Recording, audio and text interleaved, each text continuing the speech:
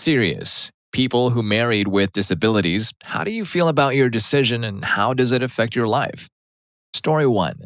For me, it never even came up as a thought. I married my wife when they allowed her out of the hospital between chemo treatments, incurable cancer. The medication that kept cancer away slowly causing debilitating side effects. As time went on, she could do less and I did more, but I never really felt like it was an issue, even when she ended up in a wheelchair. 20 years later, she has complete renal failure and has no chance of a kidney transplant due to medication keeping cancer away. The lounge is now her bedroom because stairs, even with a lift, are impossible, and I have the entire upstairs as my man cave/bedroom. I think if love is involved, and I mean true love, not just spoken words, then it does not matter at all. I now do 99% of everything from finances, cooking, and laundry. My entire day is planned around her home dialysis and making sure the house is equal to or better than hospital clean. You just adapt. It's not a conscious choice you make if they are your other half, oh, I couldn't do that, or you must be an angel. It's not a decision you make, you just do. Story 2. My other half has cystic fibrosis. I knew going in that this was a chronic disease that would have its ups and downs. We've been together for 4 years. The last year has had more downs than ups. Breathing is hard, and there are many things she can't do now that we once enjoyed together. It wasn't really an issue though because my oldest child is also disabled, so I came in fairly mentally prepared for the changes and such that it brings. We're currently preparing for a double lung transplant. It has difficulties. There are days when you feel so useless because you just want this person you love to feel better and you can't really help them do that. I have a strong support system and we talk about what's going on regularly. I wouldn't change anything though. She's a person I most want to see life with and we just have to see it in different ways than couples without health issues. To anyone considering a relationship with a disabled person, you have to be understanding of their limitations without taking away their agency. They'll let you know what is and is not on the table. Understand that for many things, you have to put yourself in the mindset of, this isn't about me. So do your best. Communicate honestly. Don't view things in a we can't do this mindset, and you'll be just fine. Story 3. My wife has ankylosing spondylitis, which is where your spine is inflamed to the point where it slowly starts to fuse. At her young age, 22, this has led to innumerable hospital visits, and her quality of life became a constant struggle of pain and finding comfort. Medicine is normally very helpful, but due to some issues with insurance, I'm military, she's not currently getting treatment. This has led to multiple other issues, arthritis, allergy issues, eczema, etc., that have added to the daily struggles. Her condition is slowly getting worse. She normally sleeps around 12 to 16 hours a day, as her disability renders her all but unable to do most physical jobs. She took up virtual assisting, which was nice, but eventually unsustainable. But through smart choices and good old-fashioned hard work, we've managed to remain afloat and be happy despite our current struggles. We're still a long way from living comfortably, but what matters in life is that y'all hold on to each other in times of need and that you're present in some way when the pain comes. That's what love and marriage, in our opinion, are. Being there for the other, no matter what is happening, and doing everything you can to support and lift each other up. Be there when you're needed and love each other madly. Story 4. Been married to my hubby for over 10 years. 3 years ago, he came down with a life-threatening blood clotting disorder with a side of bone cancer to boot. We spent over a year just trying to find the right specialists who could figure out what was wrong with him and treat him without making things worse. He lost his job, a lot of his memory, and his ability to drive. He's now hypersensitive to noise and can't eat any animal protein, salt, or bread. I am the sole money earner now because we're still waiting for the government to make up its mind about whether or not he's disabled. So money's been tight and I went from working and housework and kids to that, plus managing the finances, doing all the driving, and managing the scheduling of doctor's appointments with 6 different specialists. And I wouldn't change it for the world. Before, I was introverted and shy. When he got sick, I had to step up and take care of things, and now I'm 300 times stronger than I ever imagined I could be. We have a strong support system with our family, and that has helped tremendously. But really, we just had to become closer to make it work. He has to be open and honest about how he's feeling both mentally and physically, so I can help him make decisions about medication and when to call the doctor. I'm more open about when I'm getting to a breaking point so we can schedule some downtime for me. We communicate with more honesty and straightforwardness than we ever did before. He asks me where I want to eat and I name a restaurant, no more, oh no, I don't know, wherever, if you catch my drift. Even though the last 3 years have been a special level of hell, we both agree that we could still make the same decisions over again and regret nothing. Story 5. My wife, 5 years married, 9 years together total, has cerebral palsy. She received various treatments and physical therapy as a child, thanks Shriners, so she's able to walk, but it's a slow and unstable walk. Stairs and slopes are doable if she has something to grab for leverage. Lifting some things is difficult for her, and lifting heavy things just isn't going to happen.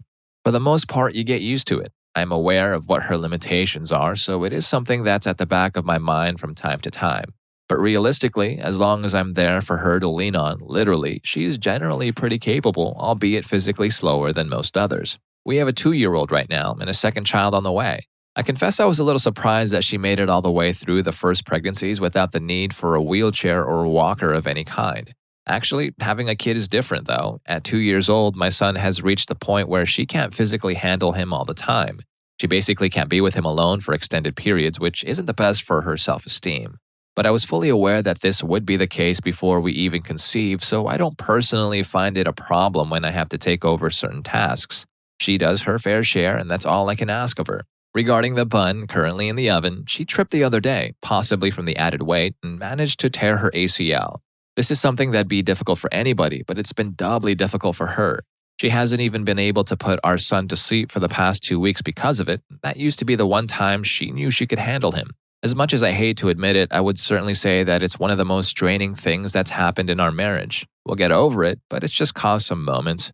Cerebral palsy can have longer-term problems beyond simply muscular issues, so one thing I was very aware of going into the marriage is that the situation might become worse at some point. I don't look forward to that possibility because nobody who loves their spouse wants to see them suffer. But the most likely scenario is simply that her legs become useless. Everything she needs is on the first floor of the house. We bought one with that in mind. So we're prepared if she ends up needing a wheelchair. But we're also sort of assuming that prosthetic limbs will be a thing by then, and she's thinking of having her legs lopped off and replaced with robotics. Does a little of me look forward to having a cyborg wife? I'd be lying if I said no. There is one perk to all of this, though. I'm completely face blind. I literally don't recognize myself in a mirror sometimes. I'd have a difficult time picking my parents out in a lineup, but if there's ever a crowd of people, I know exactly who my wife is. She's the one with the wonky posture. It probably doesn't sound like much, but it's actually super helpful for me. Story 6. My husband has severe anxiety and agoraphobia to the point where he's considered disabled by the state. I love my husband, but the extent of the difficulties in our life is hard. He cannot see past his anxiety often and can be incredibly selfish while not returning the favor, really, ever. I take the baby everywhere alone. I had to have her alone at the hospital, and I have never even spent a night alone with my husband. He cannot seem to get hired in a work-from-home job, and he regresses so often, he tries to keep me and the baby from leaving the house as well. I have to wait for him to lie down and fall asleep before I can sneak out for errands. It is honestly like having another child. He's not a partner in our marriage or parenting. It's exhausting. I'm so tired. I'm so frustrated. It's just so hard all the time. And I cry a lot at night. That being said, my husband is not a bad man. He does try his hardest every day to do the things he can't. We practice exposure therapy. We try to get to doctor appointments, and we research often and try new things. I try to be patient and kind and loving. People congratulate me and compliment me on my patience, but I know I'm not a saint. Sometimes I just want to tell him to suffer through it for us. I suffer through so much on his behalf, and I feel resentful sometimes about it. Is it fair? No, but I have needs too that have never been met. All in all, I love him dearly, but every single day is a struggle. There's always something new keeping us down. Agoraphobia isn't widely understood, believed, or accepted. My husband can't get treatment, so he struggles to get better. Medicare won't pay for doctors on demand type therapy, so we pay out of pocket when we can. I just hope this isn't our life forever. Story 7. My wife has severely reduced peripheral vision, basically non-existent. The way the doctor described it to me is to look back through a pair of binoculars. I love my wife and would marry her again in a heartbeat, but I wish I knew how hard it would be beforehand so I could do things differently. All my life, I wanted to join the military and learn to be a pilot, but with her disability, I can't bring myself to leave her to fend for herself. I wish I joined before I met her. At least then I would have had the excuse that I was already in. The doctor told her it would most likely be reversible with meds and possible surgery, but told us otherwise, that after we got married, so like an idiot, I hinged a lot on that being possible. Because of her not having peripheral vision, she cannot drive, so if anything has to be done outside of the house, I have to do it. Groceries, bills, taking her to the doctor, taking our son to visit grandparents, and taking her to her part time job. You name it, I have to do it. It honestly drives me crazy because I just never get a break. I work 6 12-hour nights and only get Saturdays off, so I'm mostly sleep deprived if anything at all has to be done while I'm off. Her doctor has urged her to sign up for disability, but she refuses, saying she doesn't want to give up a normal life. I can understand entirely, but I can't help but think that it would make things so much easier financially if she would. It isn't all bad though. She is the only one that loves me for who I am. I had anxiety and anger problems when I first met her, but now that's non existent. She's also supportive of almost anything I want to do, and she's also really easy on the eyes. Story 8. My husband became disabled after surgery to remove what was thought to be a cancerous lymph node. Somehow a nerve got severed, so now he cannot move his right arm and he's right handed. This happened after we had been together for 2 years, but before we were married, so I knew him as an able bodied person and a disabled person. I did give it a lot of thought about what our life would be like, and to be honest, I didn't care. I didn't think life would be worth living without him. He is my soulmate and my best friend. We honestly just love each other's company. We are each other's better half, and I do not regret it one bit. It does, however, affect my life, but it is totally worth it. He cannot work. Luckily, I never had dreams of being a stay at home mom. I have my chronic health issues, but we manage them. When I'm feeling bad, he picks up some slack like laundry. Last night, he made me dinner, or such. When he's feeling bad, I encourage him to rest and don't expect much out of him. He usually does light cleaning while I'm at work, but if he's not feeling well, I do it when I get home. He's actually really great about keeping the house clean, so I really don't have much to do in terms of housework.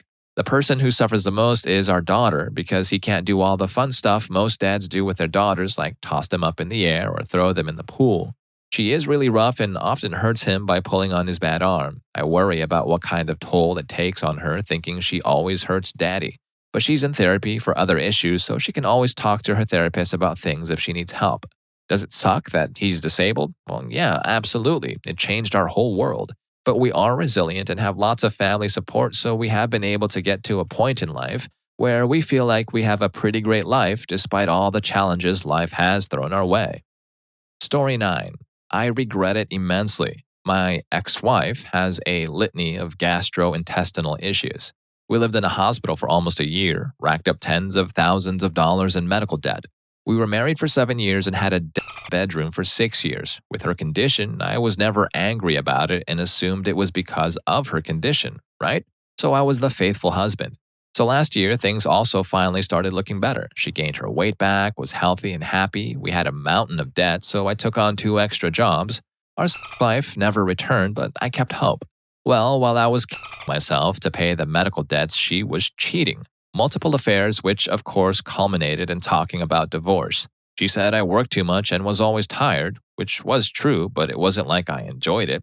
She asked for a chance and we had a son, so I agreed.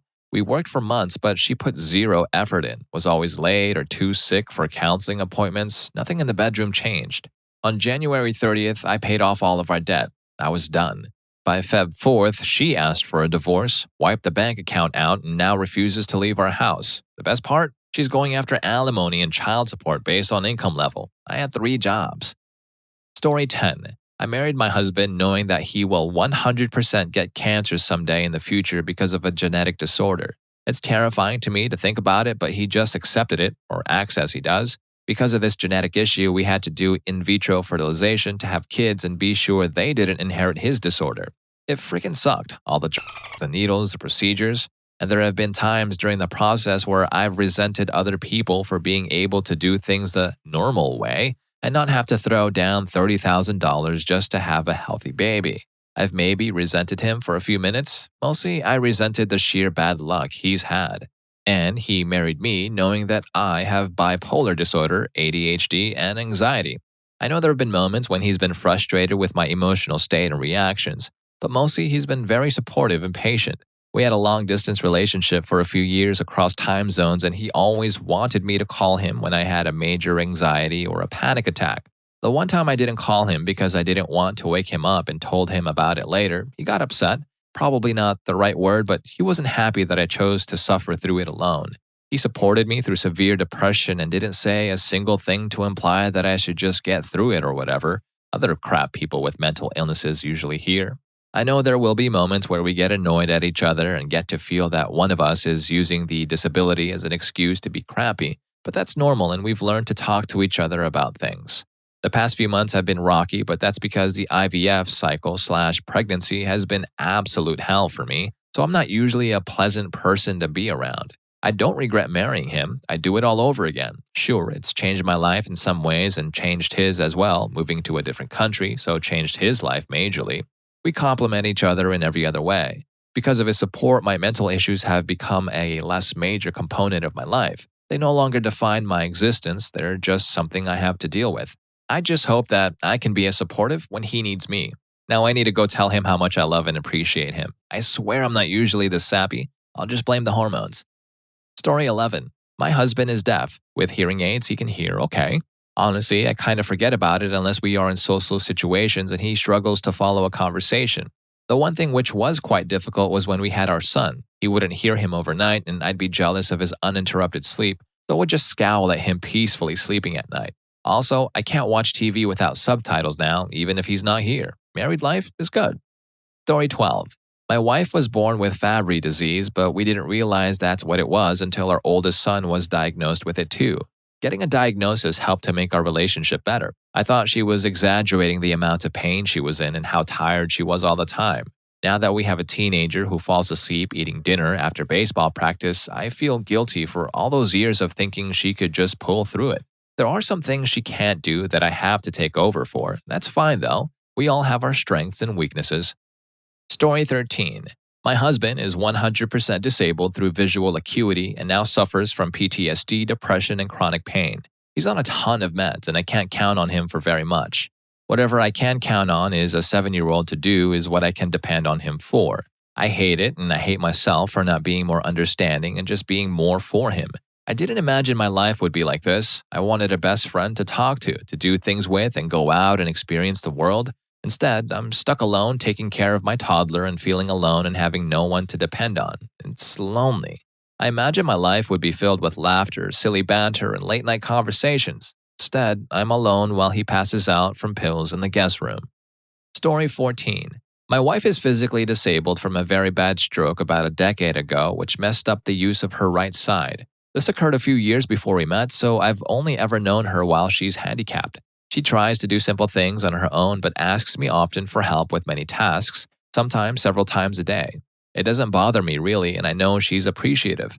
I'm nearly deaf and have speech issues, so I can sympathize in my own way and don't hold it against her. She smiles every time I look at her, and seeing her as a first person every morning when I wake up makes it worthwhile. As far as how it affected my life, I've been very content and happy since getting together with her. She's done a lot for me, all the same. When we were dating, though, a few of my close friends were all like, dude, she's not worth being with. You'd be like a maid because she's in a wheelchair. Well, yeah, I don't talk to them anymore. I learned what kind of people those jackasses were back then. Story 15. My wife is blind, 100%, no vision at all. It was the best decision of my life. I love her very much and made sure I was okay with all the extra responsibilities I would have to take up with marrying her. I have to do most of the cooking and taking care of the toddler, but that's no problem for me. I love cooking, and the little one is great. Chauvinistic, chivalrous things that most people don't do these days are second nature to me, such as holding the car door open for her to get in or holding her hand while out and about, which are both required for her to know where to go, and romantic too.